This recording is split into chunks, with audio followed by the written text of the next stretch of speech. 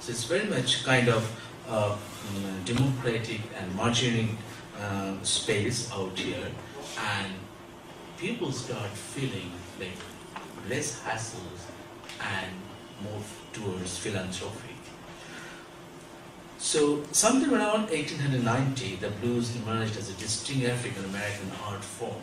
It started before that, but acknowledged, much more recognized more of the late 19th century, rooted in the Southern America and drawing on work songs and hollers, folk traditions, black spirituals, and the popular music of the time. Looking back from 1890, one can speculate about the African influence in the musical structure of the blues as it grew from slave culture and the memory of slavery. Looking forward from 1890, a time of transition in America and dashed hopes for blacks in the resurgent Jim Crow South, one can see the blues as a powerful force both shaping and shaped by the evolution of American popular culture. So, this is something we all know, and I'm going to start the first slide, which is a very well-known photographer, Walker Evans. Now, Walker Evans, why I'm starting with that, it started as more documentations of the film and still photography. It's almost candid, but later on not that much. It's kind of purposely documentation for press as well as for other affairs. And became more powerful influences for the musicians as well as for the painters. Now, what happened to Walker is basically the storytelling art he brought into in the mainstream, and as far as the visual artistic, and the musical whole combination is concerned, Walker played silently a great role, and later on, until date, people give references for the photography that he has taken, and some incidents that people forgot that maybe war or before that or anything people are really distressed, but that whole era, there's no documentations, but Walker's photographs still there, kind of evidence. Through the evidences, collecting evidences, he started producing the artwork, which is, coming to us as a kind of appearing as a great work of art. Look at this work. How kind of war and later on the situations, what exists in reality, Walker started showing. And later I will show you the other painters' work who share same locality and same discipline, and later on both of them become star. Maybe someone not in his time later on, and someone during his time. Walker in his late age, much more acknowledged and became famous. Whether they're white or any other races, but they started feeling for people, and they started showing people the photography, and ever since it started, people became aware of that photography itself as kind of strong media, and more useful for to make public awareness. These photographs, you can actually see that someone can make a song out of there.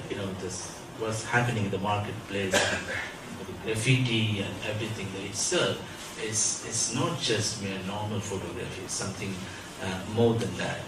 And also drawing deeply on the American literary tradition, he went further than others in his refusal to romanticizing poverty. The poverty's romanticism is very traditional, but he did something else, something more than that. While they might look like protagonists from American realist novels, those by William Faulkner or John Steinbeck, for example, his men and women are real people and more firmly immortalized because it takes more time to read a book than see a photograph.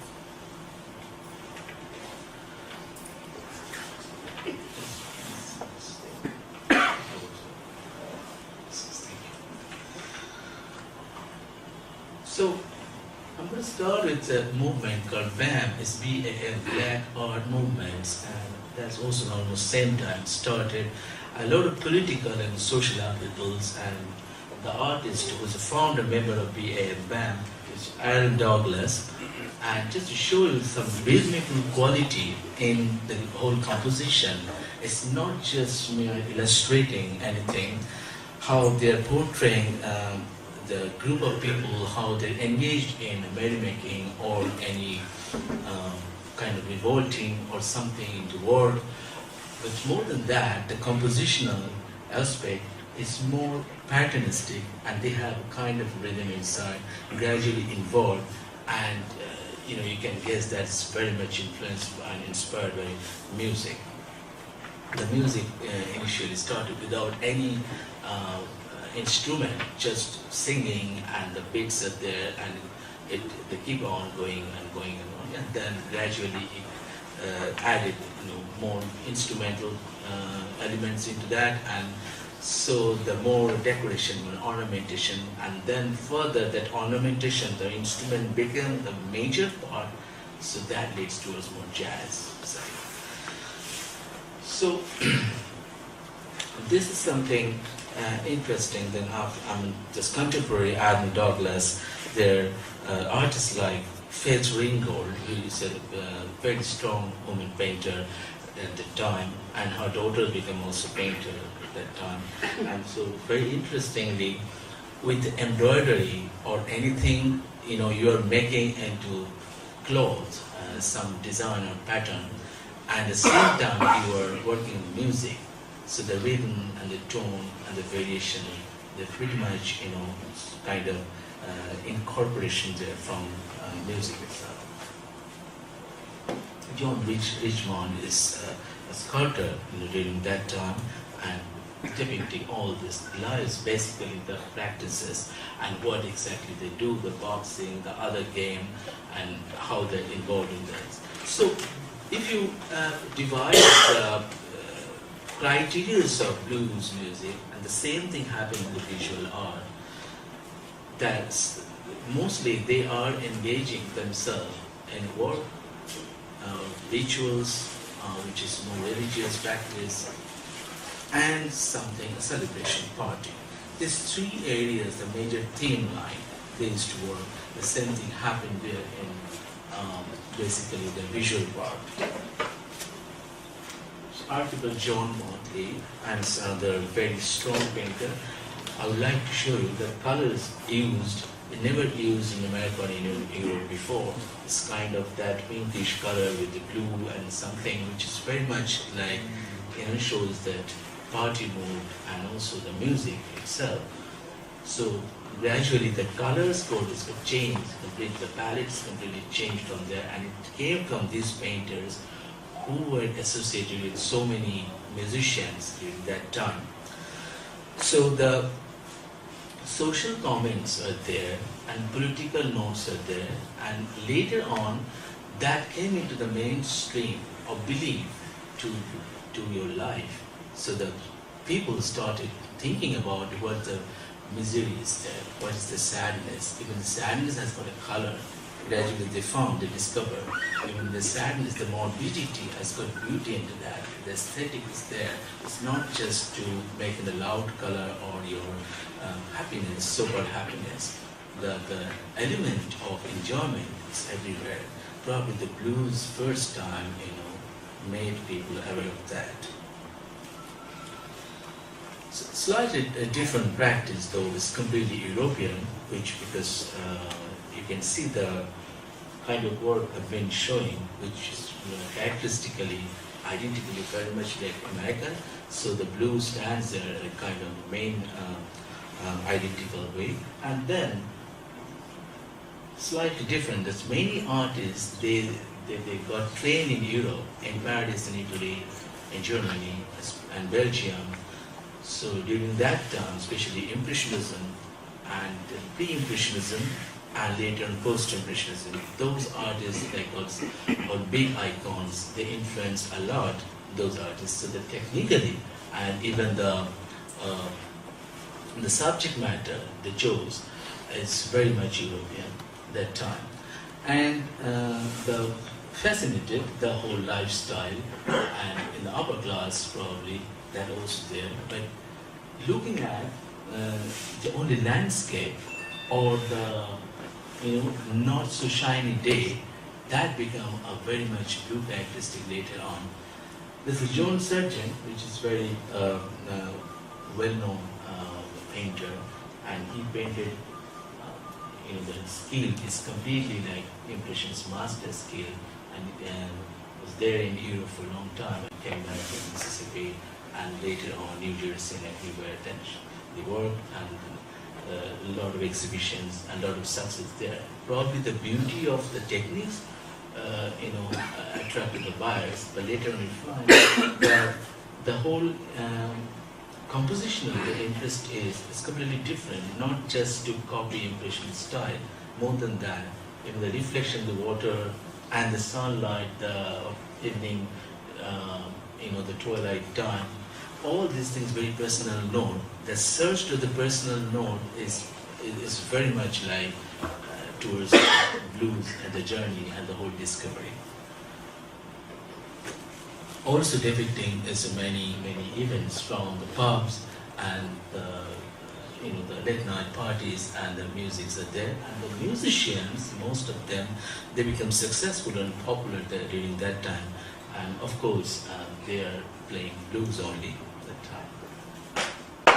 Even the waterfront, the Battery front, and so huge painting in detail that how people are there and so many people together, that itself made a subject for the blues. It's communal life. Apart from that individualistic side, like more and more that you need somebody and somebody needs you, and this togetherness is probably a big, iconic character for blues. Thomas Eakins is also another example for his education and practice from Impressionist from Paris, and then he became a teacher in Philadelphia Art College. Philadelphia Art College has got a lot of legendary teachers, and he was one of them, very successful. He chose this profession. It's not that he couldn't do anything else, but he chose to teach. And then simultaneously he was a very successful painter, and he was quite associated with the Walker events, and then Whistler Homer, the other artists. I will show you some slides also.